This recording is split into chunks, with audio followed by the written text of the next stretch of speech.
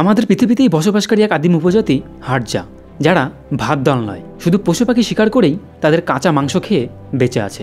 আজকে আমি এই ভিডিওর মাধ্যমে এই হাড্জা উপজাতির বিষয়ে তোমাদের জানাবো, যাদের কালচার শুনলে তোমরা সবাই অবাক হয়ে যাবে। তো ভিডিওটা শুরু করার আগে তোমাদের সবার কাছে একটাই রিকোয়েস্ট, তোমরা যারা যারা আমার চ্যানেলে নতুন তারা অবশ্যই আমার ভিডিওটিতে একটি লাইক করে আমার চ্যানেলটিকে সাবস্ক্রাইব করে দিও। তো চলো ভিডিওটা আর বেশি দেরি না করে শুরু করা যাক। কয়েক হাজার বছর আগে ঠিক আমাদের পূর্বপুরুষদের মতোই তারা তীর ধনুক দিয়ে খাবার শিকার করে বেঁচে আছে। ভাত ডাল নয়, কুকুর, বিড়াল, বাদুড়, হরিণ যাকেই তারা পাবে তাকেই তারা শিকার করে খেয়ে ফেলে।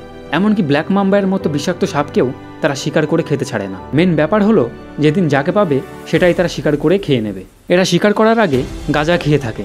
তারা মনে করে গাঁজা খেয়ে শিকার করতে গেলে তারা ভালোভাবে শিকারকে তাক করতে পারবে। এদের জীবনের লক্ষ্য খুব একটা জটিল নয়, কোনো চিন্তাভাবনা নেই, শুধু সকালে ওঠো, ভালো করে গাঁজা খাও, সারাদিন শিকার করে খাও, তারপর রাতে ঘুমিয়ে পড়ো, বাস এতটুকুই। আর এই উপজাতির পুরুষদের 10টা করে স্ত্রী থাকে। হাডজাবে উপজাতি, এরা তানজানিয়ার লেক ইয়াসির কাছে বসবাস করে। এই উপজাতির একটা ক্যাম্পে প্রায় 20 থেকে 30 জন মিলে বসবাস করে। এদের থাকার ঘরগুলি শুধুমাত্র গাছের লতা পাতা আর ঘাস দিয়ে তৈরি। এদের শিকার করার জন্য ধনুকটি কমিফোরা গাছের কাঠ দিয়ে তৈরি করে।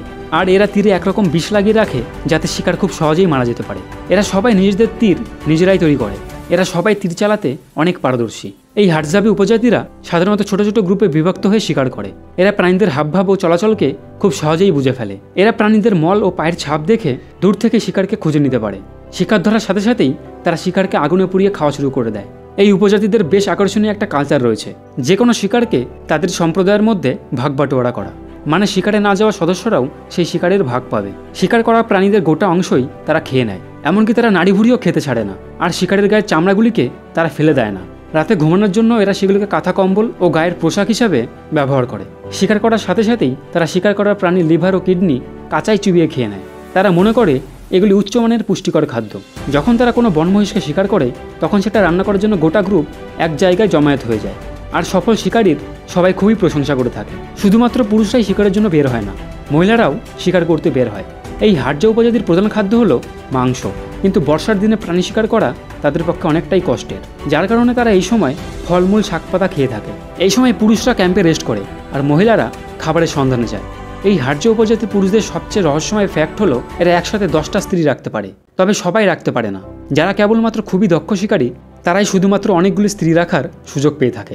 এই উপজাতির একজন দক্ষ শিকারীকে টিম লিডার হিসেবে ধরা হয়। এদের মধু সংগ্রহ করার ট্রিক্স খুবই আশ্চর্যজনক। এরা মধু সংগ্রহ করার জন্য হানি গাইড নামক একটি ছোট্ট পাখির সাহায্য নিয়ে থাকে। এই পাখিগুলি মৌচাকের কাছে গিয়ে শীষ বাজিয়ে সিগন্যাল দিয়ে থাকে, আর তাতে তারা গাছে কান লাগিয়ে খুব সহজেই বুঝে যায় যে কোন গাছে মধু আছে।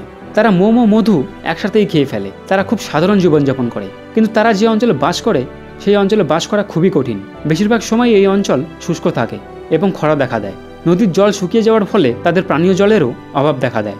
জলের জন্য তখন তাদের মাটি খুঁড়তে হয় এবং অনেক দূর দূরান্ত পর্যন্ত যেতে হয়, এবং যাওয়ার পথে তাদের অনেক ভয়ানক প্রাণীর সাথে লড়াই করে বেঁচে থাকতে হয়। ড্যানি উপজাতি, ইন্দোনেশিয়ার পাপুয়া অঞ্চলে বসবাসকারী এই ড্যানি উপজাতিদের সংখ্যা খুবই সামান্য, কিন্তু এদের ঐতিহ্য অনেক অদ্ভুত। এদের ফ্যামিলির কোনো সদস্য মারা গেলে তারা কান্নাকাটি করার বদলে তারা হাতের একটা আঙুল কেটে ফেলে। এই আঙুল কাটার মধ্যে দিয়ে তারা মৃত ব্যক্তির প্রতি শ্রদ্ধা ও গভীর দুঃখ প্রকাশ করে থাকে। তারপর তারা মৃত ব্যক্তির আত্মাকে খুশি করার জন্য একটা বিশেষ অনুষ্ঠানের আয়োজন করে থাকে, আর সেই অনুষ্ঠানে বন্য শূকরকে ভোজন করা হয়। তাদের কাছে এই শূকর খুবই একটা পবিত্র প্রাণী। তাদের মতে যে যত শূকর বলি দিতে পারবে মৃত ব্যক্তির আত্মা ততই শান্তি পাবে। এই উপজাতিরা ট্যুরিস্টদের সাথে বেশ ভালো আচরণ করে। বর্তমানে তারা বন্ধুত্বপরায়ণ হলেও আগে ছিল তারা নরখাদক। এদের এক আশ্চর্য রকমের উৎসব হলো ভোগলা জায়েন্ট। এই উৎসবটি তারা প্রতি 5 বছর অন্তর পালন করে থাকে। আর এই উৎসবের সময় জঙ্গল থেকে শূকর ধরে এনে এক কোপে কেটে কাঁচা অবস্থাতেই খাওয়া শুরু করে দেয়।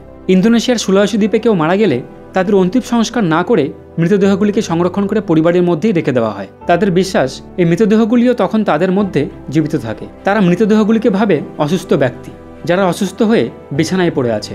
তারা এই মৃতদেহগুলিকে খাবারও খেতে দেয়। গরিব পরিবারের লোকেরা এই মৃতদেহগুলিকে 3 থেকে 4 সপ্তাহ পর্যন্ত নিজেদের কাছে রেখে দেয়, কিন্তু ধনীরা এই লাশগুলিকে 1 বছর পর্যন্ত রেখে দেয়। এই উপজাতির মানুষরা মনে করে তাদের প্রিয় মানুষ মৃত্যুর পরেও তাদের পরিবারের অংশ হয়ে থাকে। দিনে 3-4 বার করে তারা মৃতদেহটির সঙ্গে সময়ও কাটায়। প্রায় 1 মাস থেকে 1 বছর যত্ন করার পর তারা অন্তিম সংস্কারের জন্য অনুষ্ঠানের আয়োজন করে। আর এই অনুষ্ঠানে তারা মহিষ বলি দিয়ে থাকে। তারা মনে করে কেউ মারা গেলে তাদের উদ্দেশ্যে যদি মহিষ বলি না দেওয়া হয় তাহলে তারা দ্রুত পরকালে যেতে পারে না, কারণ মহিষকে তারা পরকালের বাহক হিসেবে মানে। এই উপজাতি তাদের পূর্বপুরুষদের এতটাই ভালোবাসে যে প্রতিদিন শোক পালন করেও ক্লান্ত হয় না। তাই তারা প্রতি বছর মৃত ব্যক্তির কফিনকে বের করার একটি অনুষ্ঠানের আয়োজন করে। তারা মৃত ব্যক্তিকে এতটা ভালোবাসে, তার প্রকাশ করার জন্য মৃতদেহগুলিকে পরিষ্কার করে পুরনো পোশাক বদলে আবার নতুন পোশাক পরিয়ে দেয়। এমনকি সেই মৃতদেহগুলির পুজোও করে থাকে। অনুষ্ঠান শেষে আবারও সেই মৃতদেহকে কফিনে বন্দি করে দাফন করে দেওয়া হয়। এখানে এমন কিছু পরিবারের লাশ রয়েছে যাদের বয়স 100 বছরেরও বেশি। তো বন্ধুরা, এই ছিল আজকে আমার ভিডিওটা তোমাদের কেমন লাগলো তোমরা সবাই কমেন্ট করে জানিও। ভিডিওটা ভালো লেগে থাকলে আমার ভিডিওতে একটি লাইক করে আমার চ্যানেলটিকে সাবস্ক্রাইব করে দিও এবং অন্যদের সাথেও শেয়ার করে অন্যদেরকেও জানার সুযোগ করে দিও। দেখা হবে পরবর্তী অন্য কোনো ভিডিওতে। সবাই ভালো থেকো, সুস্থ থেকো। ধন্যবাদ।